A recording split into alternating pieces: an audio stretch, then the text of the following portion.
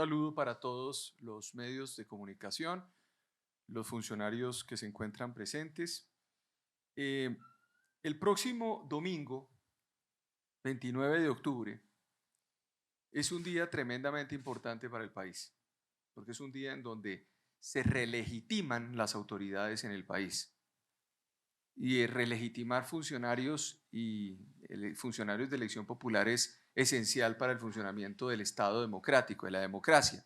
Es lo que impide que haya autoritarismo, es lo que impide que haya totalitarismo, es lo que impide que haya violaciones a los sistemas democráticos. Entonces, en ese sentido, el rol de la Fiscalía General de la Nación, como lo ha sido y como lo ha cumplido desde los últimos 30 años, es el de cumplir adecuadamente en el marco de su función constitucional derivada del artículo 250 de la Constitución, en que aquellos hechos que sean posiblemente constitutivos de delitos sean investigados por el ente acusador. Eso no surge de un decreto, eso no surge de un trino, eso surge de la Constitución Política de 1991, del Código Penal y del Código de Procedimiento Penal. Y surge además de un mandato que tiene reserva de ley y que se derivó, por supuesto, de grandes debates en el Congreso de la República. En ese sentido, hemos hecho una tarea importante, nos hemos preparado, lo hicimos en las elecciones de Congreso, lo hicimos en las elecciones de primera y segunda vuelta, lo hicimos en las consultas del año 2022 y lo hacemos ahora en estas elecciones regionales que son tan importantes para el país. El 24 de agosto se expidió una resolución, la 00406, por medio de la cual nosotros establecimos una estrategia transitoria de investigación y judicialización de los delitos ocurridos en el marco y con ocasión de los comicios relacionados con la elección de autoridades territoriales para el año 2023. Esto no fue un comunicado de prensa de la Fiscalía, no fue simplemente un mensaje dentro de nuestras redes sociales, es una tarea sistemática que hicimos en toda la Fiscalía General de la Nación. Ayer nos informaban o nos preguntaban si íbamos a tener 35 delegados en el país. Entonces nos sorprendimos porque nosotros no tenemos 35 delegados, nosotros tenemos 5.700 funcionarios en todo el territorio nacional para cubrir las elecciones. En ese sentido, las delegadas nacionales y los directores seccionales, los 35 directores seccionales, estarán al frente de este proceso. Habrá un PMU permanente liderado por mí en la entidad, haciendo un monitoreo con el equipo directivo, con la señora vicefiscal general y con los delegados nacionales para poder monitorear región por región los resultados y lo que vaya ocurriendo, cuáles son las denuncias que se hagan. Recuerdan ustedes que nosotros planteamos esta estrategia sobre la base de delitos preelectorales, electorales, que son los que ocurren normalmente el día sábado y el día domingo, y delitos postelectorales. Esto no es nuevo en Colombia. Esto no es nuevo en Colombia. Lo hemos venido haciendo y ya les voy a dar algunos resultados sobre ese particular. Del mismo modo, nosotros, así como lo hizo la Defensoría del Pueblo, como lo hizo la Procuraduría, como lo hizo la Registraduría Nacional del Estado Civil, nosotros tenemos un mapa de riesgos electoral. Un mapa de riesgos electoral que nos ha permitido establecer que 261 municipios están en alto riesgo de afectación en las elecciones, 494 municipios en riesgo medio y 366 municipios en riesgo bajo. Eso nos pone en una circunstancia compleja y es que más de la mitad del país está en riesgo de alguna manera frente al proceso electoral. Y esto tiene que ver necesariamente con lo que yo he venido insistiendo en el último año, que ha sido un año tan complejo, sobre todo porque se ha buscado por diferentes medios minar la institucionalidad del país y minar la institucionalidad judicial del país.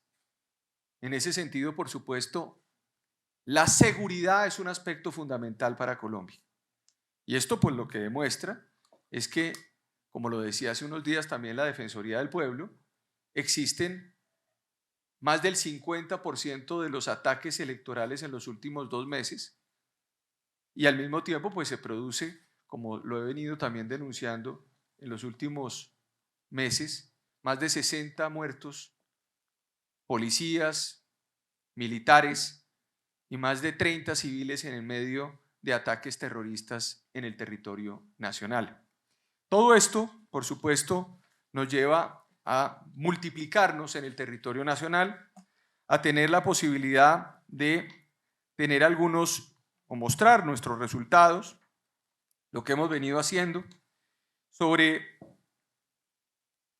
este proceso electoral. Hoy tenemos 1.519 casos abiertos en la Fiscalía General de la Nación, de los cuales por homicidios 7 investigaciones se adelantan por parte de la Fiscalía General de la Nación. 6 víctimas corresponden a aspirantes al Consejo y 1 administradoras de juntas locales correspondientes a diferentes partidos políticos: Pacto Histórico 1, Partido Liberal 2, Partido Político Creemos 1, Alianza Verde 1, Partido Cambio Radical 1, Partido Político Gente en Movimiento 1. Lugares donde se produjeron: en Taminango, Nariño; Pradera y Jamundí, Valle del Cauca; Cartagena, Bolívar; Honda, Tolima; Mutatá, Antioquia; Guachené, Cauca. Dos de esos casos ya son objeto de investigación por parte de la Delegada de Seguridad Territorial y se cuenta en un 50% de esclarecimiento de estos casos en el país. Es importante también que uno de esos casos es investigado por la Unidad Especial de Investigación y tiene un 20% de esclarecimiento de esos crímenes. Por ende, hoy entonces podemos decirle al país que estamos investigando 7 homicidios y 7 tentativas de homicidio en el marco de este proceso electoral. Amenazas: 531 denuncias de amenazas contra candidatos en estas elecciones. De estos se encuentran activos 479, 45 en el Cauca, 37 en el Valle del Cauca, 29 en Nariño, 27 en Meta, 26 en Santander, 26 en Norte de Santander, 26 en Cundinamarca, 24 en Antioquia, 21 en Tolima, 21 en el Cesar. Todos estos delitos de amenazas están siendo manejados en el marco de nuestra estrategia integral de abordaje de casos de amenazas contra candidatos regionales, que es un tema puntual que ha tenido la Fiscalía General de la Nación y que ha cumplido adecuadamente con unas tasas de esclarecimiento históricas que se han venido materializando en las noticias que ustedes han venido viendo. Y es decir, hemos venido esclareciendo y hemos venido logrando en tiempo récord amenazas gracias también al trabajo informático que ya tenemos dentro de nuestras unidad de delitos informáticos, que rápidamente podemos saber de dónde proceden las amenazas, sobre todo desde el punto de vista del análisis técnico que hacemos en las investigaciones. 258 casos de injuria y calumnia en el país por cuenta de estas elecciones, 228 se encuentran activos. Daño en bien ajeno, 38 denuncias. Delitos informáticos, tenemos un caso en el país en donde nosotros estamos también investigando, un caso correspondiente a una víctima candidato a la alcaldía del municipio de Giraldo que perdió su acceso a las redes. Delitos contra la participación democrática, pues acá están los famosos delitos que se han venido hace un par de días, aquí se ponen de moda los temas normalmente faltando 2 o 3 días para las elecciones o para los hechos, porque no se preparan las cosas adecuadamente por parte de otras entidades. Aquí se preparan las cosas adecuadamente y se preparó con tiempo. Fraude de inscripción de cédulas, 224 denuncias, constreñimiento al sufragante, 96, corrupción al sufragante, 79, intervención en política, 32, y estamos con todos los equipos en terreno para que el día de las elecciones, que se presentan los delitos electorales del momento electoral, pues estemos articulados para poder judicializar lo que tengamos que judicializar. Departamentos más activos en estos delitos de participación democrática: Cundinamarca 133, Santander 65, Antioquia 34, Tolima 28, Nariño 25, Bogotá 23, Bolívar 19, etc. Delitos contra la administración pública: tenemos 33 casos, de los cuales 27 son activos, por delitos como contrato sin cumplimiento de requisitos legales, tráfico de influencias de servidor público y peculado por uso. Todos estos, como les digo, resultados de la Fiscalía General de la Nación se han dado porque además se establecieron los fiscales itinerantes, se establecieron unidades que recorren el territorio nacional con fundamento en un mapa de riesgo electoral y con líneas de investigación priorizadas.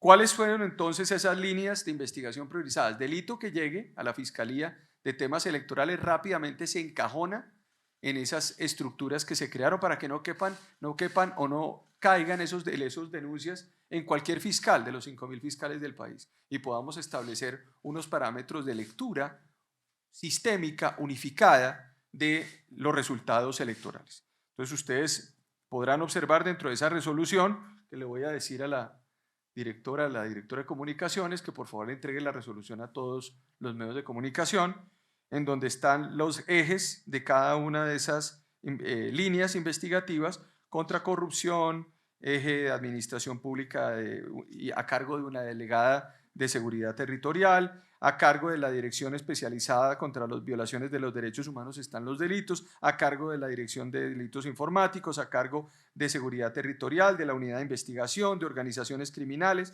Es decir, lo que hicimos fue clasificar los tipos penales y atribuírselos a las unidades específicas en la Fiscalía, de tal forma que lo que hicimos fue organizarnos, y esto, repito, es del 24 de agosto del 2023. Era importante además decirlo porque ese día vamos a tener un reporte también de la Fiscalía. Los invito, además, a propósito de ese decreto que salió, es el decreto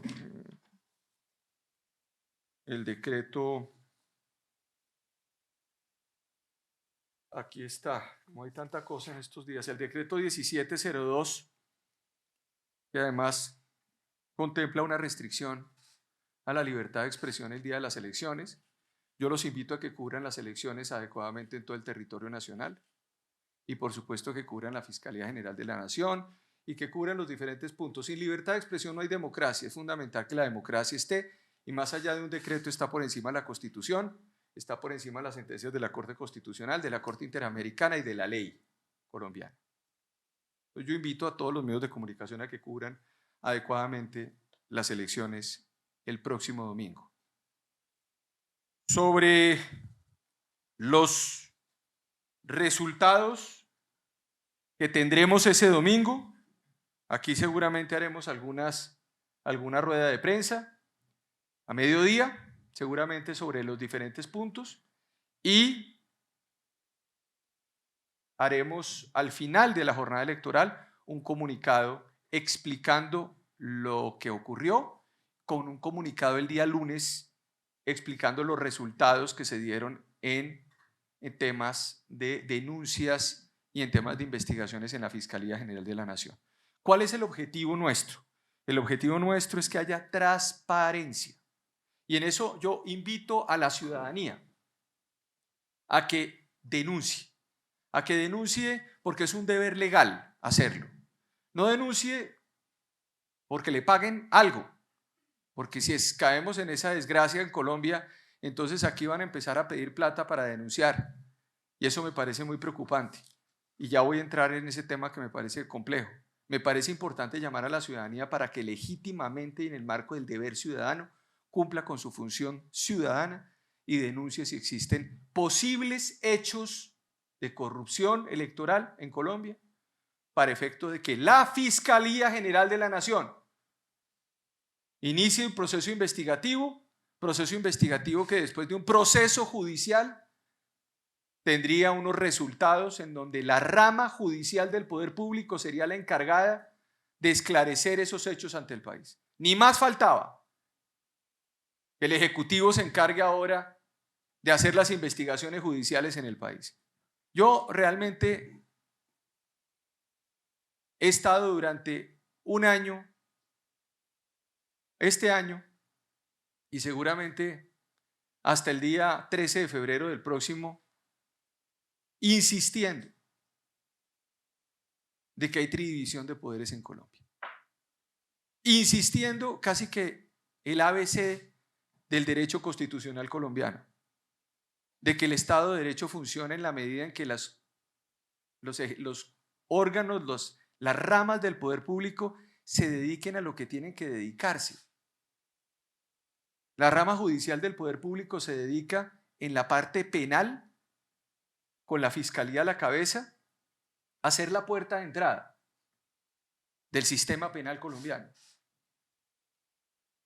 No lo dice Francisco Barbosa por capricho, lo dice el artículo 250 de la Constitución Política. Aquellos hechos que posiblemente sean constitutivos de delito serán investigados por el ente acusador.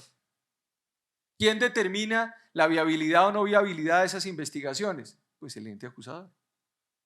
¿Ante quién? Ante los jueces. Si hay elementos, los jueces avalan decisiones. Sistema acusatorio. Es decir, una solicitud de un orden de captura, un juez es el que la avala. Una imputación se hace como acto inicial de investigación ante un juez de control de garantías. Una solicitud, una medida de aseguramiento, solicitud de medida de aseguramiento, no imposición, sino solicitud, la hace la Fiscalía para que un juez avale esa solicitud e imponga la medida de aseguramiento. Es decir, ustedes se dan cuenta que lo que hay es un trabajo conjunto. A veces la gente ataca a la Fiscalía General de la Nación y dice es que la Fiscalía General de la Nación impone medidas de aseguramiento, manda a la gente a la cárcel, hace tal cosa. No. Otra vez falta de lectura. Falta de lectura. El sistema penal colombiano es un sistema dual, complejo, compuesto, que implica una labor investigativa y que implica una labor necesariamente de contraposición de posiciones donde la Fiscalía General de la Nación, después de haber sido investigador y acusador, se convierte en una parte en el proceso penal.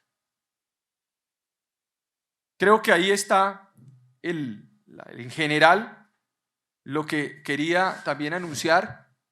Estamos listos, queremos enviarle un mensaje a la ciudadanía de tranquilidad. Nosotros, Fiscalía General de la Nación, protege la democracia, protege el derecho de los ciudadanos a salir el domingo, a que puedan ejercer libremente su derecho democrático a relegitimar las autoridades en Colombia.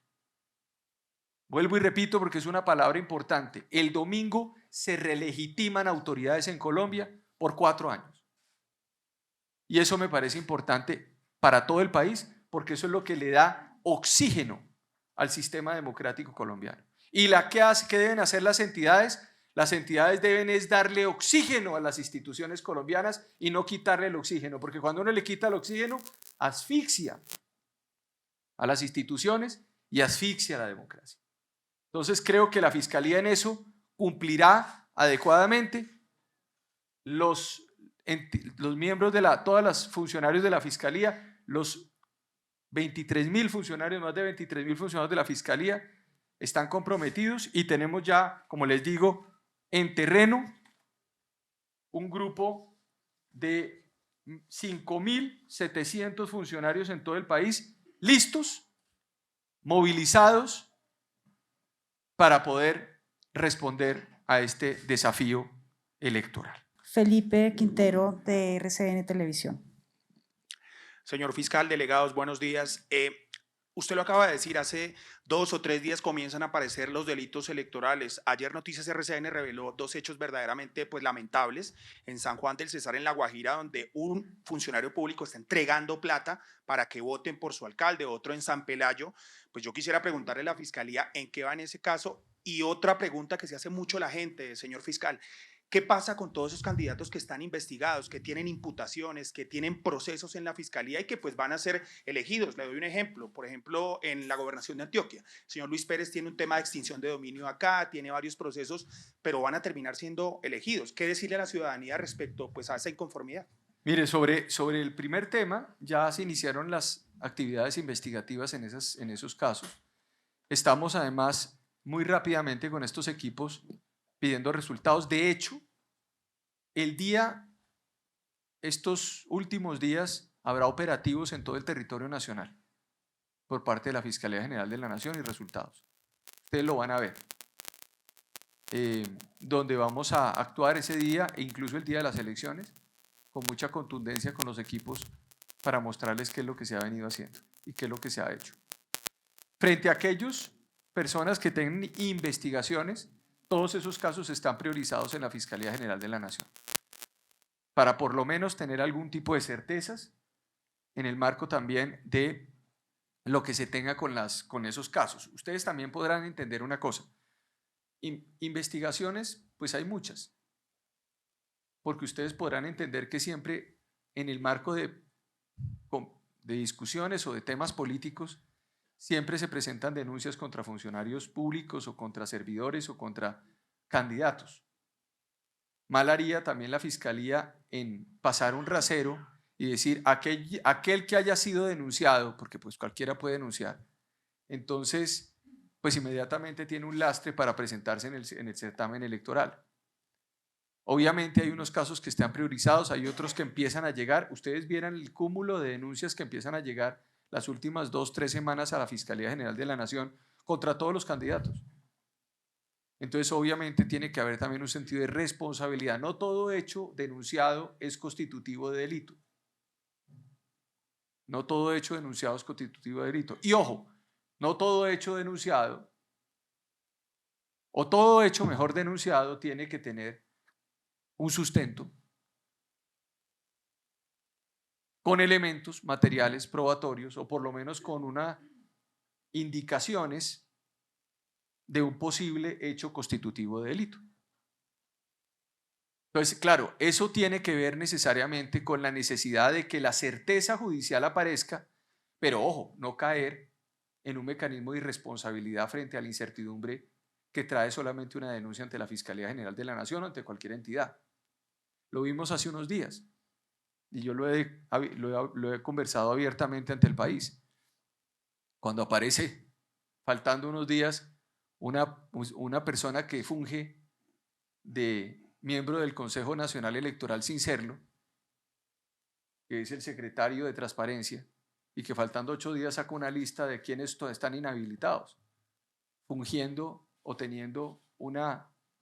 atribuyéndose una facultad que no le compete. Ya lo había hecho hace 2 meses, cuando dijo, es que los jueces y los fiscales no cumplen. ¿Quién es ese señor y quién es esa entidad para decir qué es lo que cumplen y no cumplen las entidades del Estado? Cada quien tiene que hacer lo que le corresponde.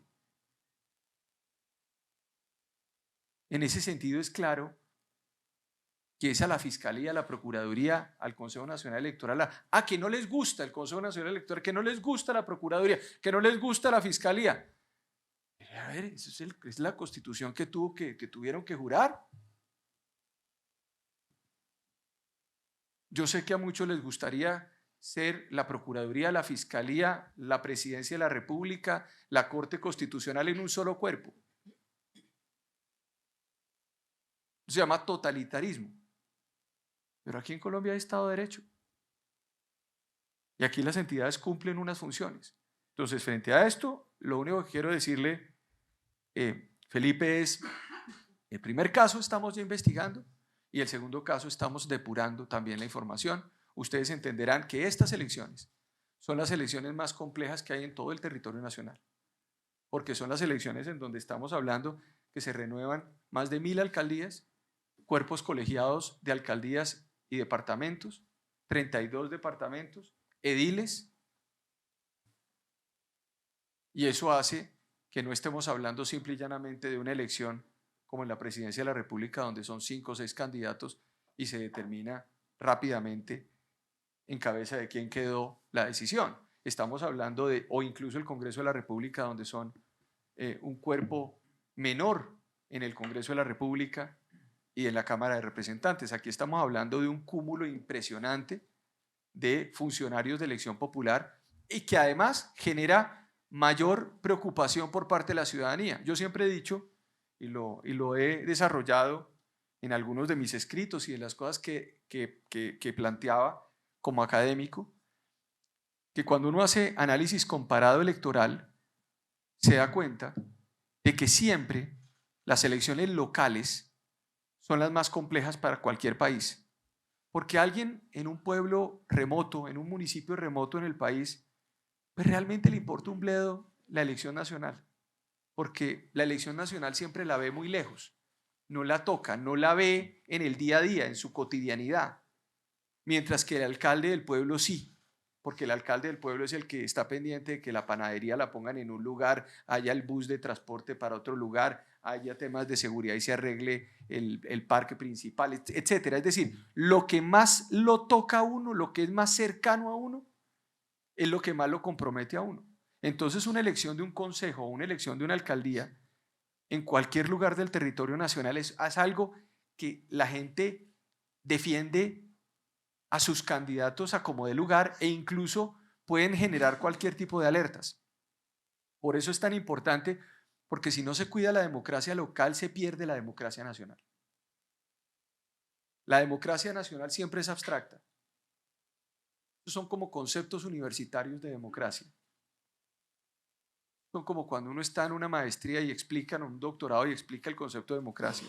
Pero la democracia local sí es verdaderamente un escenario central del sostenimiento de un Estado, porque es de abajo hacia arriba que se construye el Estado y no de arriba hacia abajo, como se ha hecho durante tantos años en algunos lugares, en algunos países, incluso en Colombia, podemos tener algunos ejemplos de eso. Entonces creo que ahí está la respuesta, un poco con explicación académica a bordo, pero creo que era importante para esos efectos. La siguiente pregunta, Mauricio Collazos, de RCN Radio.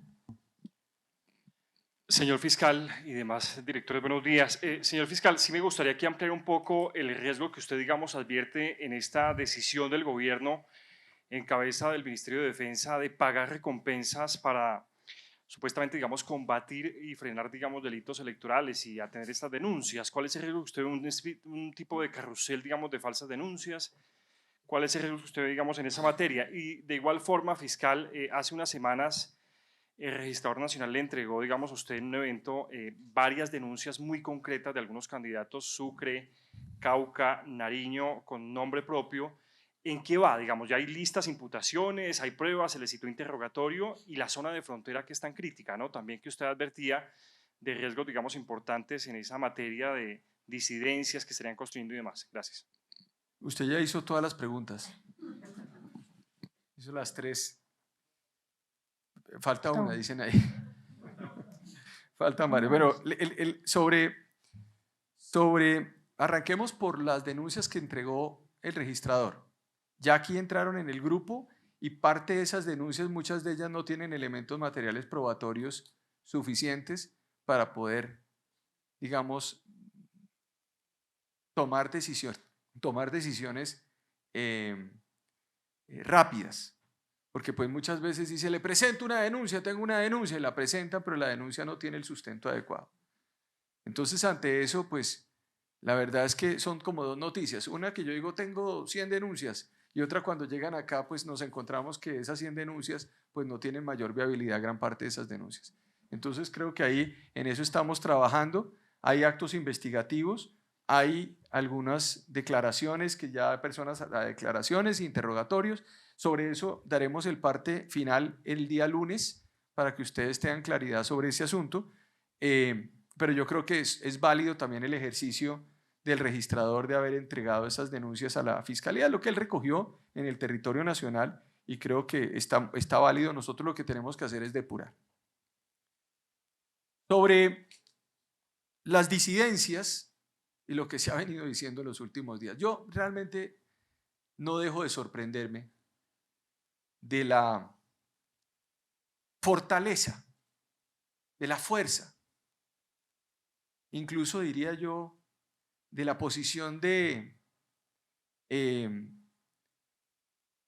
activa y muy fuerte, muy recia que existe por parte del gobierno nacional con todos los sectores sociales, económicos de este país, incluso con las instituciones, pero frente a la cobardía que tienen con las organizaciones criminales.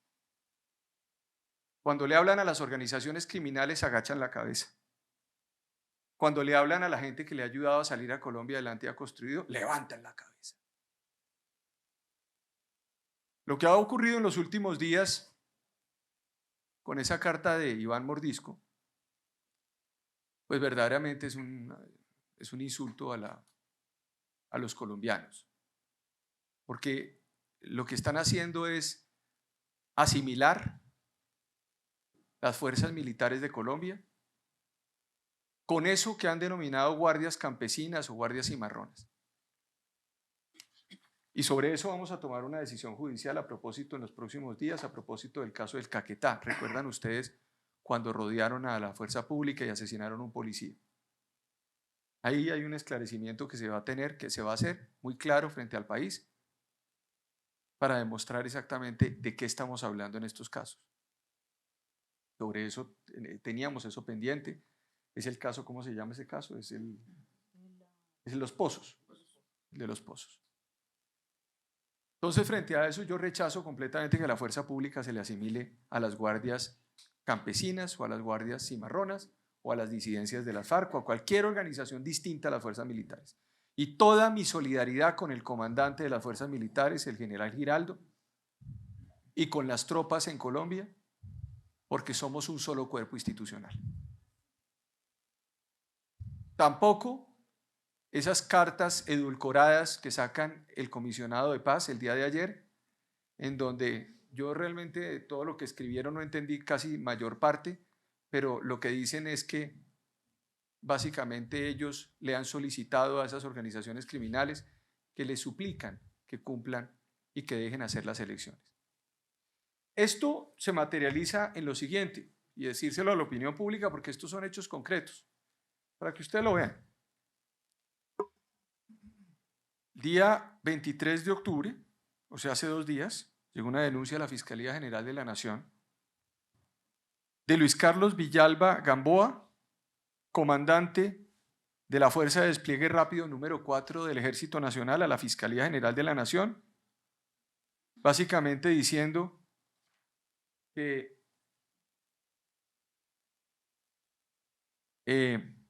se tuvo conocimiento, dice él, el 17 de octubre, donde la comunidad de los corregimientos del Plateado, Emboscada, Santa Clara del municipio de Argelia, manifiestan que harán el acompañamiento del certamen electoral, por lo que no requieren la presencia de unidades del Ejército Nacional en su territorio. O sea, yo realmente creo que aquí hay bacrim política. Lo que salga elegido de ese municipio, eso hay que verificarlo porque básicamente es elegido por los criminales. O sea, están pidiéndole un comandante de la Fuerza de Despliegue Rápido, denuncia ante la Fiscalía que lo sacaron de allá y que la comunidad va a verificar este asunto. El coronel se refiere a que están insistiendo en el ingreso de esta zona con tropas, en la instalación del Plan Democracia, pese a la información que se ha difundido sobre la presencia de personal armado y que sería integrante del grupo organizado residual Carlos Patiño. ¿No? Allá en ese corregimiento están operando John Alexander Jiménez Marín alias Zamora, quien es el que controla esa zona y tiene orden de captura por los delitos de concierto para delinquir agravado y homicidio. Entonces, esta es un poco una realidad, esta es una denuncia concreta que estamos recibiendo por parte del comandante de la Fuerza de Despliegue Rápido número 4 del Ejército Nacional que se acantona en esa zona o que se mueve en esa zona, en donde les están diciendo que se vayan de allá. Creo que eso es inadmisible. Entonces yo lo que digo es, hay que enviar un mensaje, el Ejército Nacional, hay que rodear nuestro Ejército Nacional en estas elecciones y que puedan cumplir adecuadamente con el Plan Democracia y que la autoridad no se puede suplir porque eso se llama paramilitarismo. Paramilitarismo. Y no podemos caer en el paramilitarismo en Colombia. Hace 20 años había. Entonces volvemos otra vez con los paramilitares, porque es que los paramilitares no es que sean una fuerza que acompañe, es una fuerza que acompaña al Estado. Lo vivimos con esas decisiones que se dieron en los años 2000. Entonces acá, ¿qué va a ocurrir? El Estado está promoviendo o está impulsando ese tipo de medidas impidiendo que el ejército entre, o hay una permisión, son preguntas que hago, o estamos hablando de que van a o quieren suplir a la fuerza pública en esos campos. En eso rodeamos la institucionalidad colombiana porque no es posible que se reemplace al Ejército Nacional en el plan democracia por parte de ningún actor distinto a los institucionales en este país. De lo contrario, a mi juicio, cualquier resultado electoral que se produzca en esas circunstancias debe ser mirado bajo la lupa de la legalidad, y cualquier elección que se produzca allá está manchada por la ilegalidad seguramente. Y obviamente nosotros también como Fiscalía adelantaremos las investigaciones correspondientes. Frente a el pago de los informantes, yo pregunto lo siguiente: ¿quién es la entidad que investiga en Colombia? La Fiscalía General de la Nación, que inicia unos procesos sobre unos temas electorales. Cuando usted establece un mecanismo de que va a pagar unas denuncias o por unas denuncias de unos presuntos hechos posiblemente constitutivos de delitos, usted pues parte de la base de que está corroborando cuando paga esa información como si fuera la Fiscalía General de la Nación o los jueces de la República.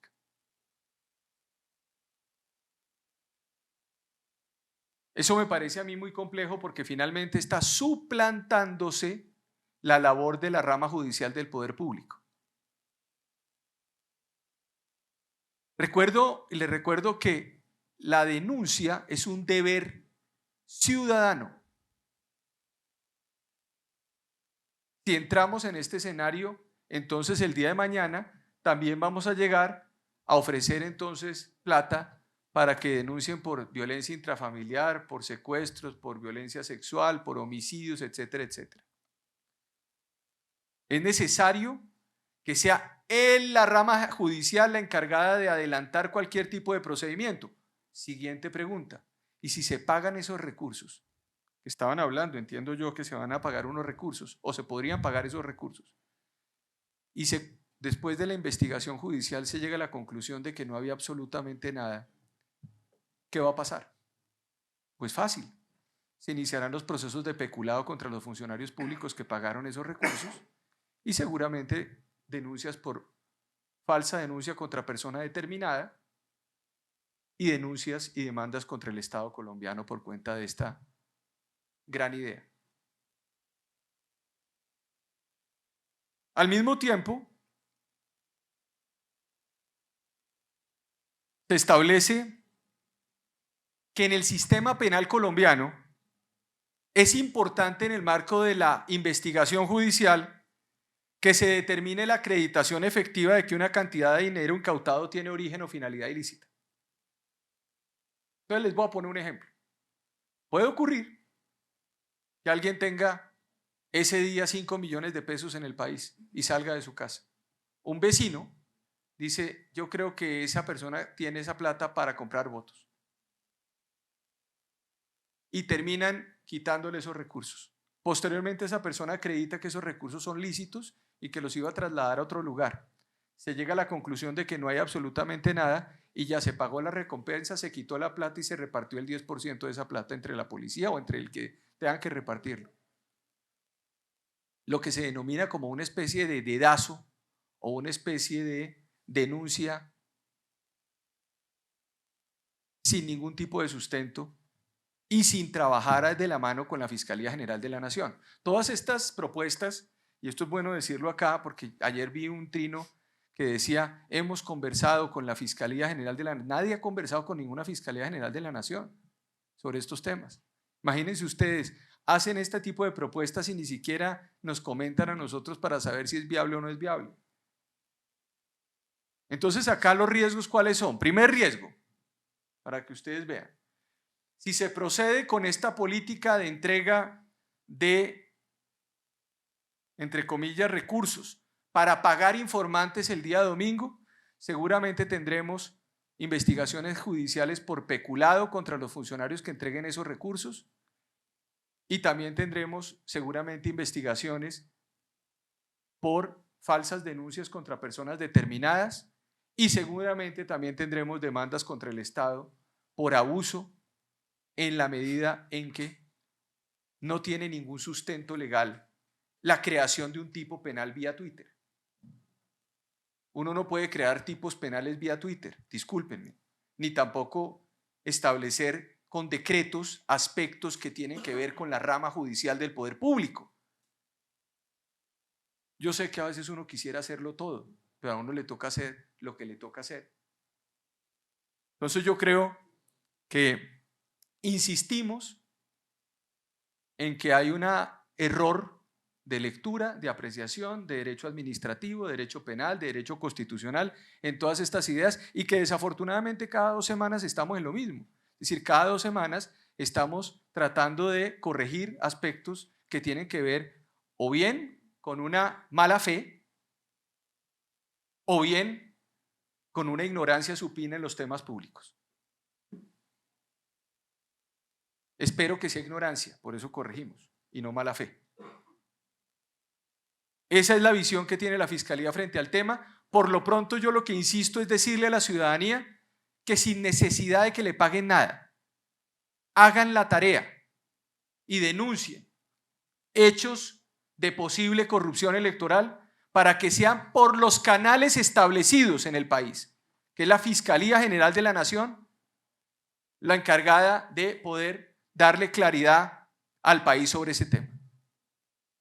No podemos ahora creer que estamos empezando todas las discusiones sobre temas electorales en el país, cuando aquí en el país se han presentado elecciones y creo que han sido elecciones con matices, con temas, con dudas, etcétera, pero que han tenido ciertas certezas desde el punto de vista de la legitimación popular. Incluso hace más de un año, se eligió presidente de la República en una segunda vuelta al actual presidente Gustavo Petro y no tuvieron que salir a ofrecer plata en las calles para fomentar las denuncias, o si no hubiera, yo me imagino, la preocupación del candidato Petro en ese momento, hoy presidente, por esos temas. Creo que debemos enviar unos mensajes certeros de legitimidad, pero no faltando 3 días para las elecciones, sacar un barril de plata para empezar a repartirlo a no sé quién, bajo no sé qué condiciones, sin certezas de esas denuncias y por supuesto con la consecuencia para los funcionarios que entreguen esos recursos de que pueden incurrir en delitos que inmediatamente nosotros estaríamos informándoles al país, porque además los incluiríamos dentro de esta estrategia nacional que tenemos para estas elecciones 2023. Gracias, señor fiscal. Continuamos la siguiente pregunta. Jenny Angarita, de W Radio. Fiscal, usted mencionaba hace algunos instantes específicamente sobre un corregimiento de una denuncia que había hecho un alto mando militar en el que prácticamente lo habían sacado por una situación con las disidencias y que él advertía. ¿Nos puede decir en qué zona específicamente es que estaba ocurriendo esta situación? ¿De dónde fue que recibió usted esa carta? ¿Denuncia? Sí, señor. Esta denuncia está acá, mire, la denuncia pública que nos remite Luis Carlos Villalba Gamboa, comandante de la Fuerza de Despliegue número 4 del Ejército Nacional. Dice, atendiendo los presupuestos establecidos en el artículo 67 del Código de Procedimiento Penal, me permito presentar denuncia por los hechos sucedidos el día 21 de octubre de 2023 en el corregimiento del Plateado, municipio de Argelia, Cauca, con fundamento en los siguientes hechos. Es una denuncia que tiene 18 páginas, está firmada por el comandante de la Fuerza de Despliegue Rápido número 4, en donde manifiesta claramente lo que acabo de señalarles, que en la comunidad, en los corregimientos del Plateado, Emboscada y Santa Clara del municipio de Argelia, manifiestan la comunidad que no los necesita, que tranquilos, que ellos son los que van a garantizar las elecciones. Que un saludo cordial.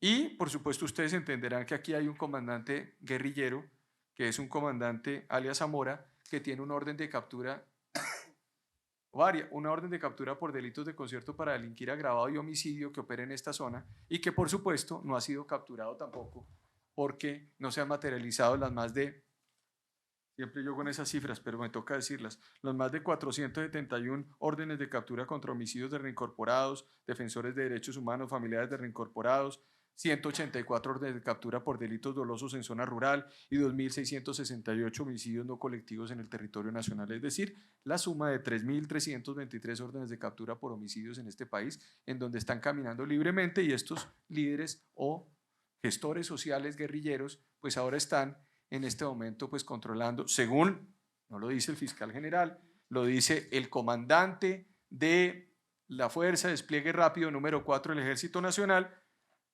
quieren o los manifestaron que tranquilos, que no hay problema, que ellos garantizan el plan democracia en esa zona del país. Listo. ¿Vas a hacer la segunda o continuamos? Listo. Continúa Daniela Arévalo de City TV. Daniel.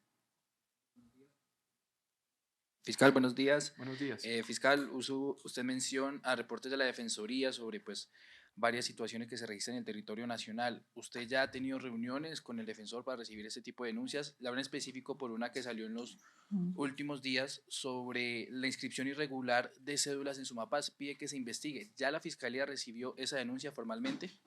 Ya nosotros conversamos con el señor defensor del pueblo, estamos todos los días conversando sobre estos aspectos y ya se recibió por parte de la Vicefiscalía General de la Nación esa situación. Estamos en dentro de las líneas investigativas, ya está clasificada esta investigación para poder dar algún resultado rápido sobre este tema. El domingo estaremos dando el reporte, el lunes estaremos complementando el reporte con los temas electorales, involucrando o teniendo en consideración la pregunta que usted me acaba de hacer.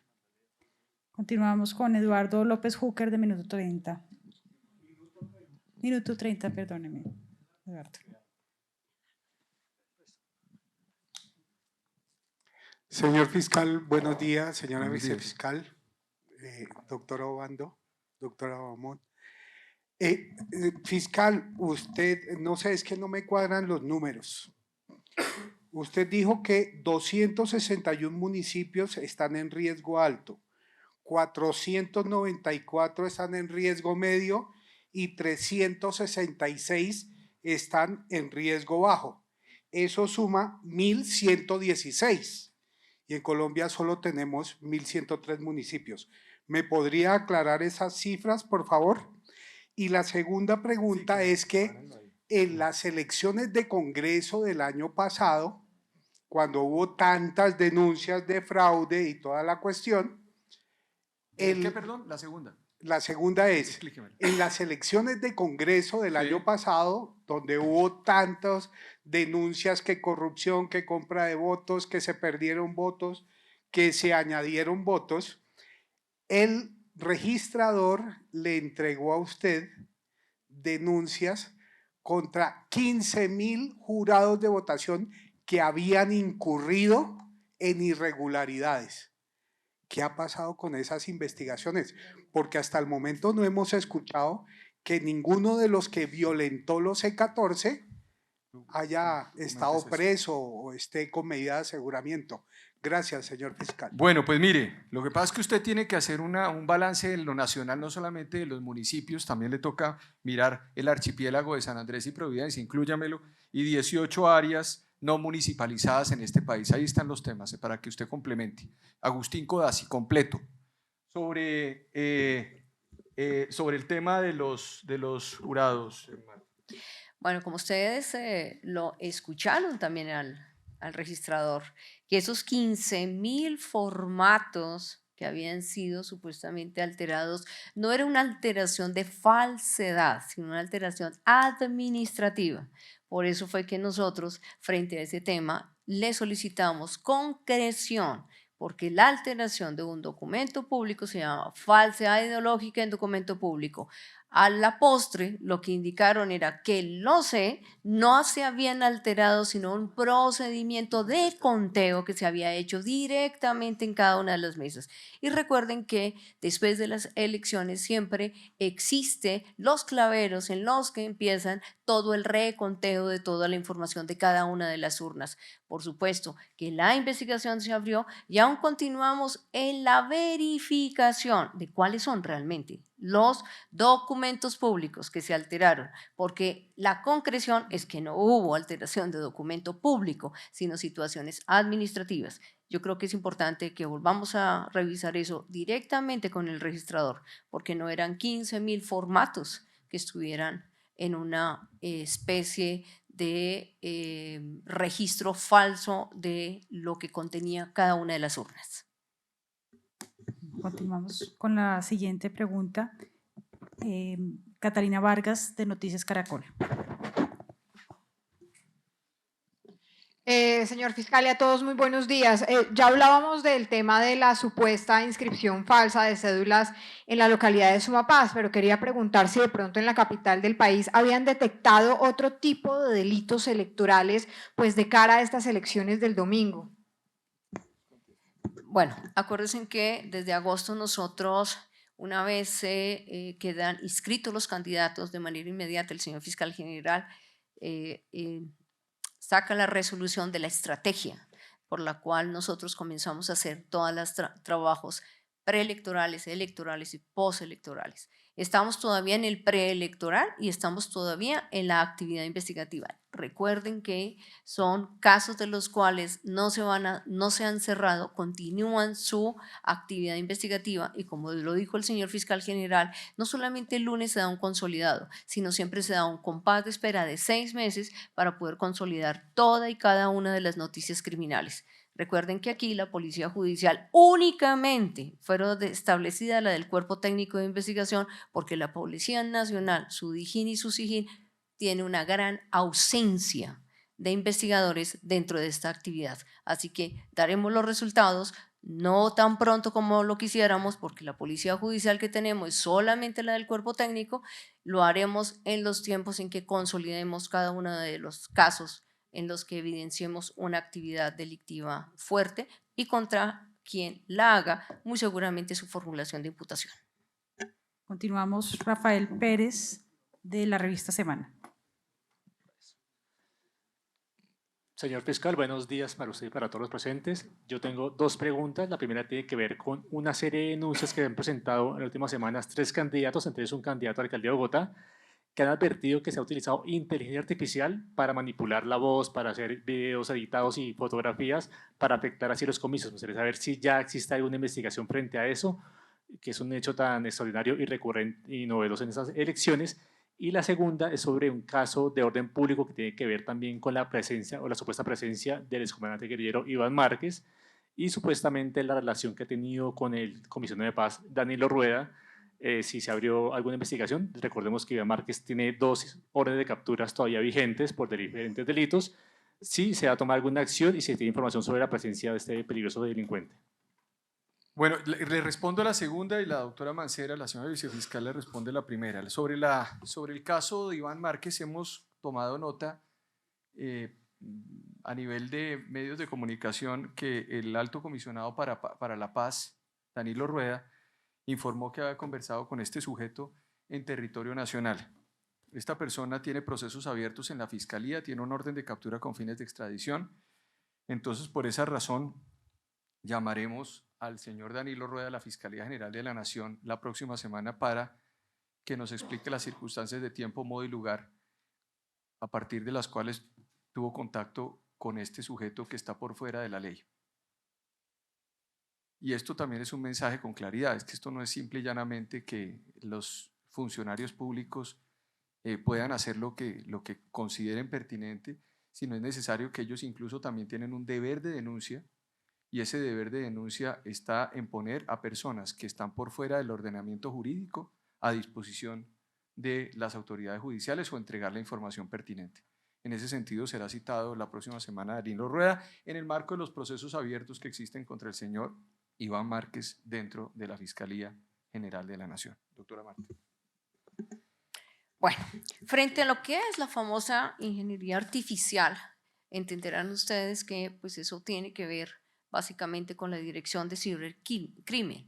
Toda la información que se vaya detectando frente a ese tema, vamos a tener que clasificarla dependiendo del tipo penal.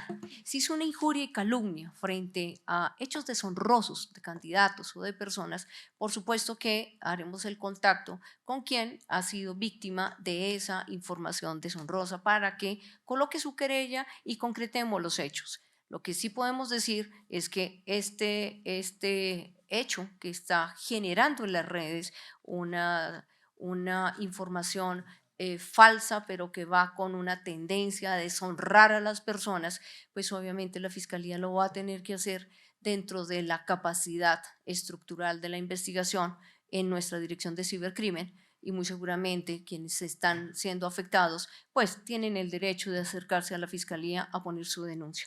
Por lo pronto estaremos prestos siempre a tener los canales abiertos de acceso a justicia en la medida en que quienes están afectados en este delito, pues recibiremos concretamente los hechos. Siguiente pregunta, Felipe Quintero de RCN Televisión. Señor fiscal, le cambio un poco de tema y quisiera saber su opinión sobre el tema de pagarle $1.000.000 a jóvenes que han delinquido. Ya se está volviendo como costumbre el tema de pagos. ¿Y usted qué opina si se debe pagar dinero para que la gente no delinca o no cometa delitos? Pues mire, yo sobre eso ya me había manifestado en la ciudad de Cartagena hace un par de meses, o hace unos 3 meses. Yo creo que es nocivo,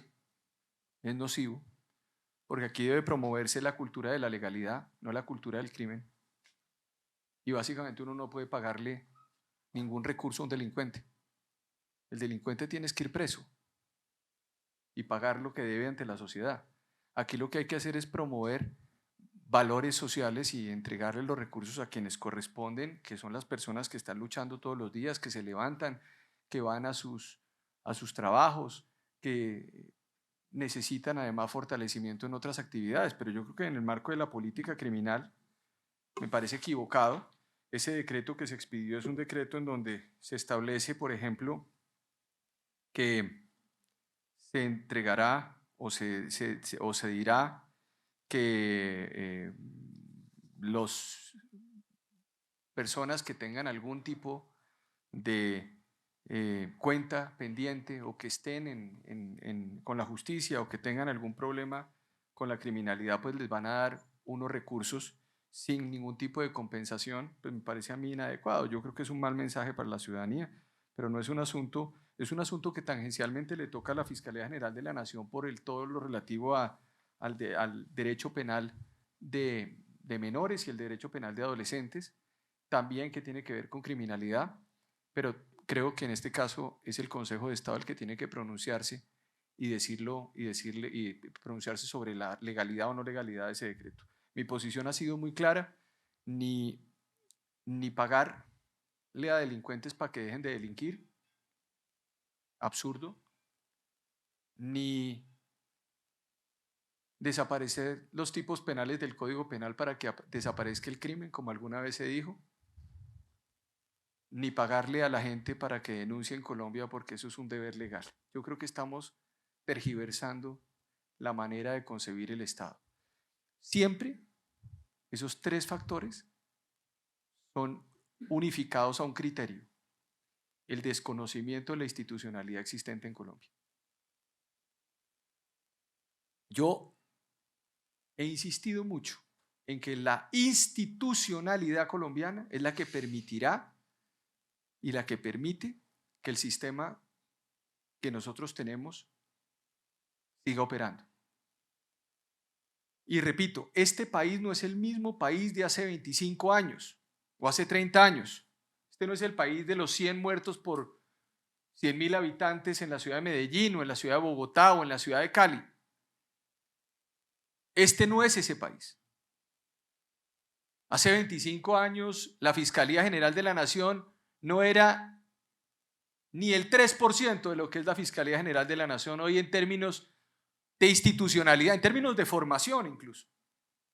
Habíamos recibido una cantidad de funcionarios judiciales que venían de antes de 1990 que ni siquiera muchos de ellos eran abogados. Ni siquiera tenían formación muchos de ellos. Hoy tenemos una entidad sólida que tiene personas con unos criterios técnicos, con sus especializaciones, con sus maestrías. Hoy tenemos una rama judicial mucho más fuerte, tenemos una Corte Constitucional que lleva 30 años de jurisprudencia, tenemos una Procuraduría de 200 años de historia, tenemos una Registraduría del Estado Civil tecnificada, tenemos un Consejo Nacional Electoral, es decir, hoy tenemos instituciones mucho más fuertes que son las encargadas de que se tramiten por todos esos caminos las cosas. Yo creo que no hay que tergiversar los valores, Felipe. Esa es mi posición personal y es la posición además que asumo desde el punto de vista de la lógica penal del país. Yo no puedo, como fiscal general de la Nación, aceptar que la solución del sistema penal colombiano es pagarle a los presos, porque les estamos debiendo. No. Es que los presos están debiéndole a la sociedad, porque son ellos los que han causado daño a las víctimas. A mí me sorprende el país de las víctimas, ese país que todo el mundo habla de víctimas y víctimas y víctimas, y todas las políticas que se establecen son en contra de las víctimas en el país. Nadie se puso a pensar ni se ha puesto a pensar que esos criminales que les van a dar 1 millón de pesos han matado gente y esa gente tiene familias. Nadie se ha puesto a pensar que esas personas que han cometido delitos y que supuestamente los van a motivar con 1 millón de pesos son personas que le han causado dolor a otros. Y entonces, ¿cuál es el premio? El premio es que vamos a decirle que el que más matonea, el que más mata, el que más criminal es, mejor premio tiene en el Estado colombiano. Premien los que necesitan, hombre. Premien a la gente que está haciendo sus esfuerzos educativos. Premien a la gente que además cumple con sus labores en el país. Premien a los cantidad de colombianos que pagaron 19 billones de pesos de impuestos según los reportes que se dieron este año.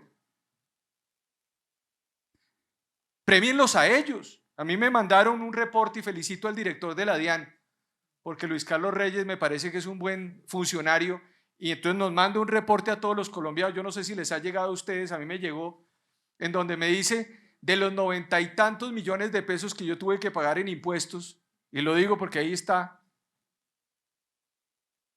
le vamos a distribuimos su plata de la siguiente manera. No tengo el celular aquí mío, pero me dice, páseme el celular, por favor. Pues para que ustedes sepan cómo es que se distribuyen las cosas y me parece interesante hacerlo. A mí me gustaría que las becas se las dieran con esas platas que a todos nos llegan. 3 billones, pasó de a 15 billones de 15 a 19.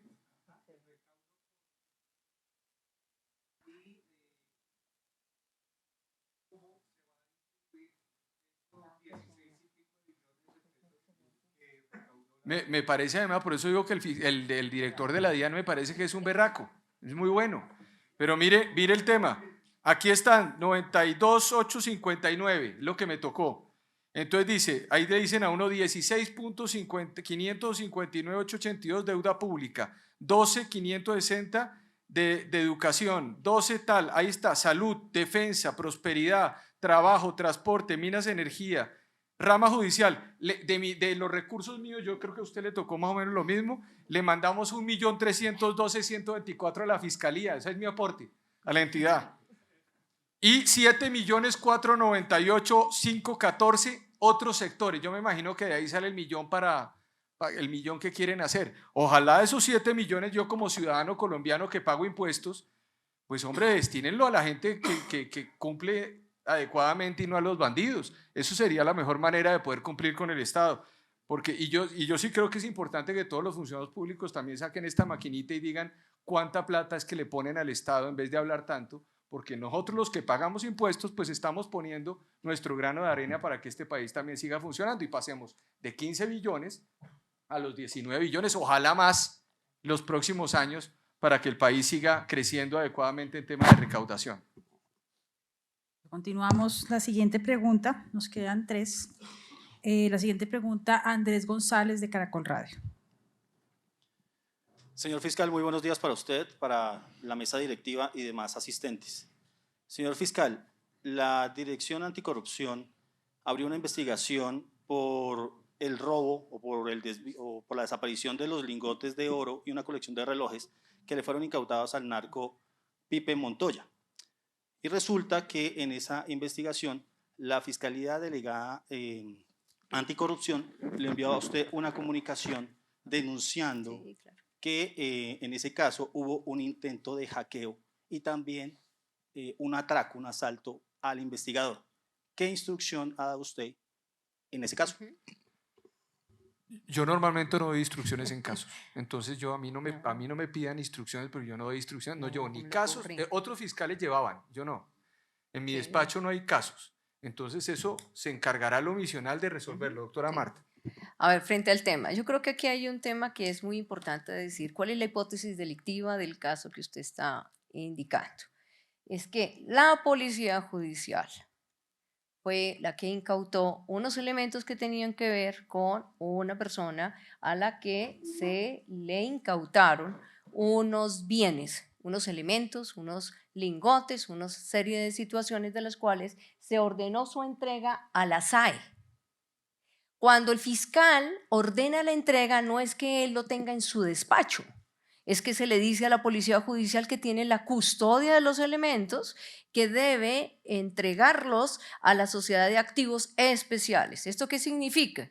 Que la situación en la que se presentó hoy el denuncio de la desaparición de unos elementos que estaban con destino a la sociedad de activos, pues la investigación debe girar en que los investigadores más los funcionarios de la sociedad de activos deberán de responder en qué momento entregaron, recibió la sociedad y cómo fue el trámite interno en el que se dispuso quién custodiara estos elementos. Por supuesto que hoy lo que estamos haciendo es primero saber la ruta de los elementos que fueron incautados de gran valor, que los investigadores debieron haber entregado a la SAE y que la SAE los recibió, les dio su custodia y que hoy dicen que están perdidos. Eso no es de la Fiscalía General de la Nación. Me da muchísima pena, pero los hechos concretos no son cometidos dentro de la Fiscalía General, sino en custodia de la Policía Judicial y de la SAE. ¿Qué estamos haciendo? En la pregunta concreta con usted. Cuando se llega a la Fiscalía General de la Nación, una denuncia, la ruta específica no es que el fiscal general de la Nación inicie la investigación, es que continúe su ruta normal, que es de anticorrupción. Por supuesto que en este momento quien está liderando la investigación es la Dirección Seccional Bogotá, de la cual estamos nosotros con una priorización y la priorización son expertos que entren rápidamente a establecer cuál fue la ruta. Pero yo creo que los hechos hay que darles claridad porque muchas veces se confunden en que la situación que se está investigando es una situación que compete a uno de los fiscales infractores. No, esto es un hecho que quedó a nivel, por supuesto, muy grave, que se hubieran perdido los elementos. Ahora, con relación a la situación concreta del investigador, por supuesto que esa es una investigación adicional en la que tenemos que investigar el hecho concreto. ¿En qué momento fue el hackeo? ¿Y en qué momento fue que hubo un asalto al investigador? ¿Cuándo puso la noticia criminal? ¿En qué circunstancias? ¿Quién la adelanta? Es decir, son dos noticias criminales totalmente diferentes. Una con los elementos que eran de custodia del Estado colombiano, y otra con los hechos concretos al investigador que ha manifestado que sucedió una situación. Lo que sí es claro es el fiscal general de la Nación y la vicefiscal general de la Nación no adelantan investigaciones en esta administración. Para eso están los fiscales titulares de cada una de las áreas. tengo clarísimo que ni el fiscal ni la vicefiscal no manejan ningún proceso. Eso está clarísimo. ¿No? La pregunta era, es que el investigador y el fiscal 90 anticorrupción, por la gravedad del asunto, le remitió a usted, señor fiscal, ese asunto. Yo sé que usted no tiene procesos porque no los maneja. La cuestión es, se lo informó fue a usted y al director de la DIJÍN por la gravedad del asunto. Eso es todo. Claro, periodista, pero entenderá que cuando usted señala, se le informó a usted de acuerdo al procedimiento investigativo de la Fiscalía General de la Nación, Ley 906, lo que usted debe hacer como funcionario es inmediatamente darle trámite. Se le dio inmediatamente el trámite y el trámite es sobre esas dos aristas de las cuales, por supuesto, seguimos en la investigación para esclarecer. Pero lo más importante aquí es que la normatividad procesal 906 dice, cada hecho debe tener un fiscal que lo adelante. Y sobre eso es en lo que nosotros estamos haciendo. Que además yo aclaro una cosa, con el tema del trámite es importante para que usted entienda algo que es, imagínese 5.000 fiscales del país mandándole cartas al fiscal general. Pues lo que se hace es que hay que darle trámite. Cuando llegan a la oficina se le da trámite respectivo para que se haga lo que se tiene que hacer. Es abrir las investigaciones pertinentes o que se envíe al funcionario respectivo. El fiscal general no tiene nada que ver con investigación alguna en Colombia, con ninguna. Aquí antes había fiscales que ustedes están acostumbrados a cubrir que les encantaba tener investigaciones, eso es otra cosa distinta. En esta administración no tenemos investigaciones en los despachos, en el despacho del fiscal no hay. ¿Qué es lo que hago yo? Pues aquí comentarles a ustedes lo que está pasando en la Fiscalía General con los reportes que yo recibo, porque la labor del fiscal general no es una labor misional, es una labor netamente gerencial. Gerencial en lo administrativo y gerencial en lo misional, para informarles qué ocurre. Si llegan comunicaciones, que han llegado muchas comunicaciones de muchas personas llegan al despacho e inmediatamente lo que se hace es tramitarlas rápidamente hacia la labor, hacia lo misional para que le den el trámite correspondiente. Esa es mi función y la labor que tengo que hacer como fiscal general, no, ni una más. Muchas gracias. Continuamos y cerramos con esta pregunta. Ana Cuesta, de CMI. Buenos días, ¿cómo están? Una inquietud. Ayer se habló de la posibilidad de que Salvatore Mancuso quede libre cuando llegue a Colombia por una decisión de la Corte Constitucional, en la que además se cuestiona que estuvo con una imputación o una imputación que ha durado aproximadamente 9 años. Primero es preguntarles cuál es la condición de Mancuso, si tiene pendientes con la justicia y qué reflexión hacen de pronto sobre esa imputación que ha durado 9 años por lavado de activos.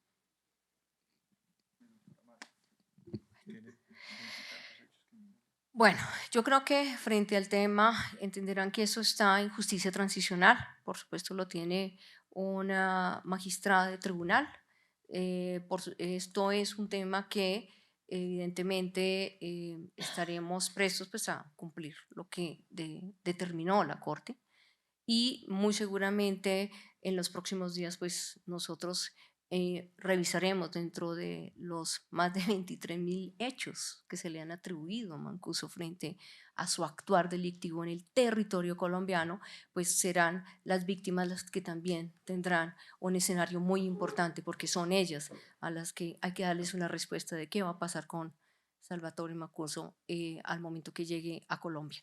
Eso es un tema que pues obviamente lo evaluaremos, pero cumpliremos con los derroteros que haya indicado la Corte.